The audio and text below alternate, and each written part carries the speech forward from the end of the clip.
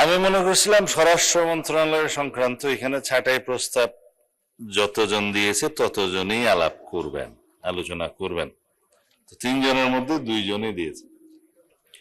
প্রথম জন মাননীয় সংসদ সদস্য জনাব মোহাম্মদ আব্দুল খালেক সাতক্ষীরা 2, তিনি প্রস্তাব দিয়েছেন গ্রাম পুলিশ দিয়ে মাদক সহ দুর্নীতি বন্ধ করা যায় কিনা এটা দেখা। মাননীয় স্পিকার, মাদক দ্রব্য অপব্যবহার সংক্রান্ত যে আইনটা সংশোধনী গত কয়েকদিন আগে পার্লামেন্টে উত্থাপন করেছে, তার উপরে স্থায়ী কমিটিতে আলাপ আলোচনা হয়েছে। আজকে সেটার উপরে কমিটির রিপোর্ট হয়তো উপস্থাপন হতে পারে, যতটুকু আমরা আলোচনা করেছি। আজকে যেহেতু 30 তারিখের পরে পার্লামেন্ট সেশন কয়েকদিনের জন্য বন্ধ হবে, সেই জন্য মনে হয় না সেটা আজকে আমরা বিবেচনার্থে গ্রহণ করার জন্য উত্থাপন করতে পারবো কিনা। তবে জুয়া প্রতিরোধ আইনটা বিবেচনার্থে গ্রহণ করার জন্য আজকে অর্ডার অফ দি ডেতে আপনি রেখেছেন। আশা করি সেটা আজকে আমরা বিরোধী দলের সহযোগিতায় পাশ করতেও পারবো হয়তোবা। আইন শৃঙ্খলা পরিস্থিতি উন্নয়নের জন্য, যেহেতু দেশের শান্তি শৃঙ্খলা, আইন শৃঙ্খলা পরিস্থিতি যদি উন্নত থাকে, তাহলে উন্নয়ন, অগ্রগতি, স্থিতিশীলতা, শান্তি সবকিছুই বজায় থাকে। বেসড অন দ্যাট, সেজন্য আমাদের মাননীয় প্রধানমন্ত্রী এই বাজেট যখন আমরা ক্যাবিনেটে অ্যাপ্রুভাল দেই, প্রথাগতভাবে যেদিন বাজেট উপস্থাপন করা হয়, সেদিন তিনি নিজে জিজ্ঞেস করেছেন স্বরাষ্ট্র মন্ত্রণালয়ের বাজেট বরাদ্দ একটু বলেন আবার কত বৃদ্ধি হলো না কেন। আমি বলেছি 5-7 কোটি টাকা গত বছরের চেয়ে বৃদ্ধি হয়েছে, তবে যতগুলো প্রকল্প এবং যতগুলো আইন আমরা উত্থাপন করছি তার প্রেক্ষিতে অর্থবিল হিসেবে মাদকদ্রব্য নিয়ন্ত্রণ আইনটা অর্থবিল, এগুলোর জন্য যথেষ্ট ব্যয় নির্বাহ করতে হবে আমাদের। সেটা এই প্রকল্পগুলো এবং আইনগুলো পাশ হওয়ার পরে আমরা সেই খাতে বরাদ্দ চাইব। মাননীয় অর্থমন্ত্রী হয়তো দয়া করে যেগুলো থোক বরাদ্দ রেখেছেন ওখান থেকে প্রকল্প ওয়াইজ বরাদ্দ দিবেন। আইন শৃঙ্খলা পরিস্থিতির উন্নয়ন করার জন্য গ্রাম পুলিশ থেকে শুরু করে আইজিপি পর্যন্ত সবাই কাজ করে, পলিটিশিয়ানরা তার উপর মন্ত্রণালয়। কিন্তু জনগণের প্রত্যক্ষ সহযোগিতা ছাড়া কোনো দেশে আইন শৃঙ্খলা পরিস্থিতি উন্নয়ন হয় না। সেই জন্য সামাজিক মোটিভেশন দরকার, রাজনৈতিক দলগুলো সেরকম সচেতনতা বৃদ্ধির জন্য কাজ করা দরকার।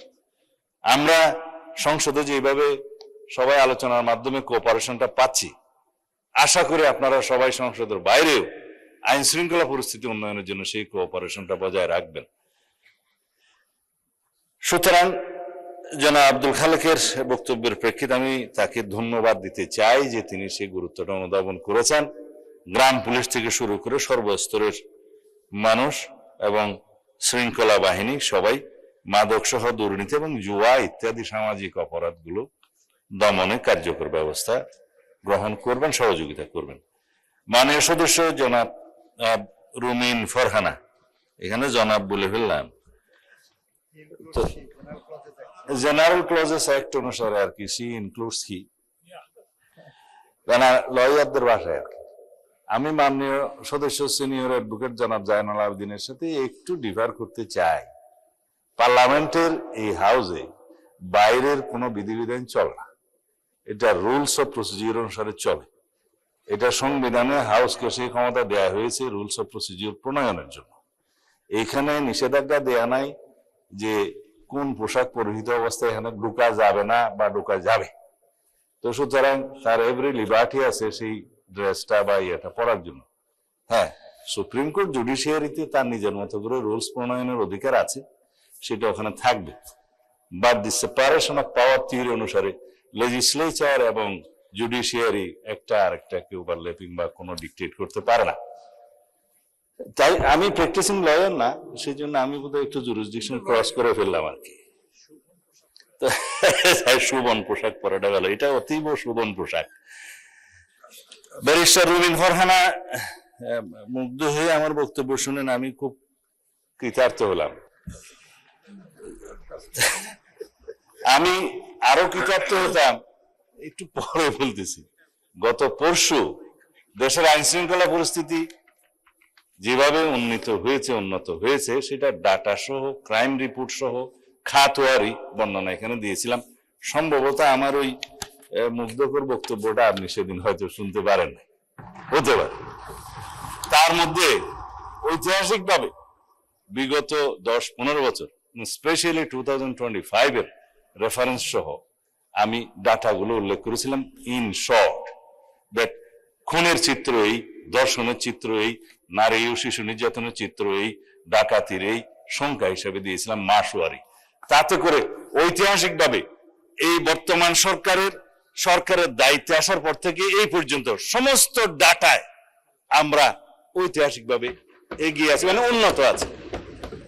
সেই ডাটাটা আমি বলেছিলাম, আমি যেটা অন রেকর্ড এখানে বলেছি, সেই ডাটাটা ডিপার্টমেন্ট থেকে একটা ক্ষেত্রে বলেছি আমরা একটু পিছিয়ে আছি। সেটা হলো এই যে দর্শনের কেস রেকর্ডের ক্ষেত্রে আমরা একটু বেশি দর্শনের চিত্রটা পেয়েছি।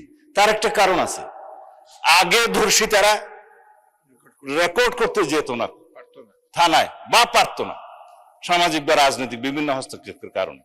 এখন থানায় গেলেই অথবা অনলাইনে তারা জিডি সহ অন্যান্য কিছু দায়ের করতে পারে, এফআইআর দাখিল করতে পারে।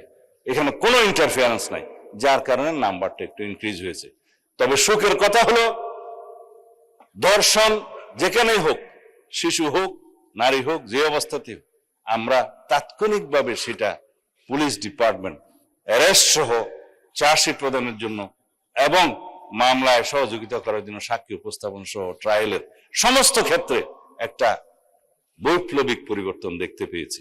যার জন্য রামিসা হত্যার বিচার হয়েছে 15 থেকে 17 দিনের মধ্যে। মাননীয় বিরোধী দলের নেতা দাবি করেছিলেন 15 দিনের মধ্যে বিচার করতে হবে, 17 দিনে বিচার হয়েছে। এটা বাংলাদেশের রেকর্ড। আমরা তনু হত্যার আসামিকে দীর্ঘ 15-17 বছরে যে রেকর্ড নাই, সেই রেকর্ড ভঙ্গ করে আমরা তনু হত্যার আসামি ডিএনএ রিপোর্টের উপর ভিত্তিতে আমরা অ্যারেস্ট করতে সক্ষম হয়েছে মাননীয় স্পিকার। বাকিগুলো আইন শৃঙ্খলা পরিস্থিতি উন্নয়নের ক্ষেত্রে বলতে চাই, চট্টগ্রামের বাকুলিয়া একটা শিশু ধর্ষণের প্রচেষ্টা হয়েছিল, সেটা তাৎক্ষণিকভাবে অ্যারেস্ট হয়েছে এবং সেটাও মামলা চার্জশিট দাখিল করা হয়েছে সম্ভব। এইভাবে সমস্ত জায়গায় আমি আরেকটা বিষয় উল্লেখ করবো না, যেহেতু আমাদের অ্যাটমসফিয়ারটা খুব ভালো আছে। দলমত নির্বিশেষে দলীয় পরিচয়ের ভিত্তিতে এখানে কোনো পুলিশ কোনো অ্যারেস্ট গ্রেফতার করা হয় না, করছে না। অপরাধীকে অপরাধী হিসেবে ট্রিট করছে। সেটা বিরোধী দলীয় পক্ষ থেকে আমরা পেয়েছি।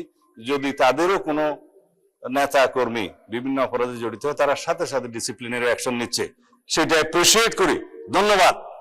আমরাও সেই একইভাবে আইন শৃঙ্খলা পরিস্থিতি উন্নয়নের জন্য কোন রাজনৈতিক পরিচয়কে আমরা কখনো প্রাধান্য দেব না।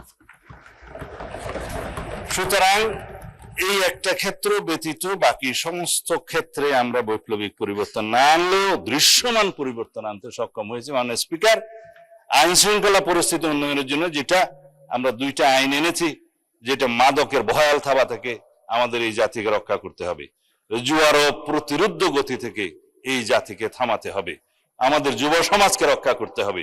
সেই জন্য আমরা মাদক দ্রব্য নিয়ন্ত্রণ অধিদপ্তরকে একটা স্বয়ং সম্পূর্ণ ডিপার্টমেন্ট হিসেবে আমরা পরিচালনা করার সিদ্ধান্ত নিয়েছি।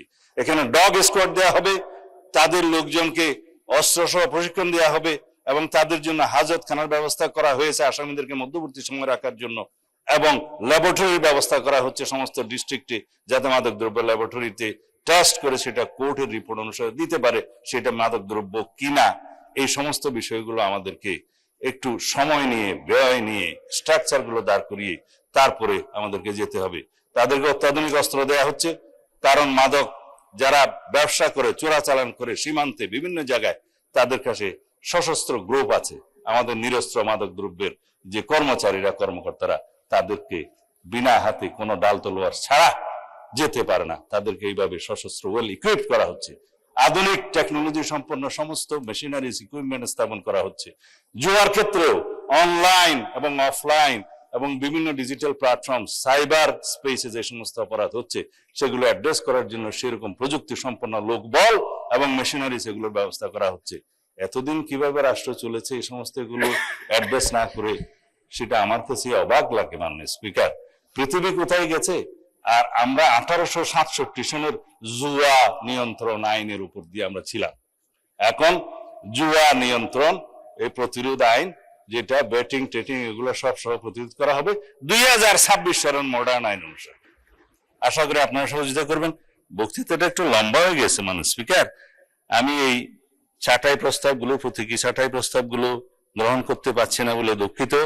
মাননীয় স্পিকার, আমাদের উত্থাপিত দাবি অনুসারে দাবি নম্বর 20 আপনি দয়া করে মঞ্জুর করবেন। মাননীয় সংসদ সদস্যদের সহযোগিতা কামনা করছি। ধন্যবাদ। জি, আপনাকে ধন্যবাদ মাননীয় স্বরাষ্ট্রমন্ত্রী।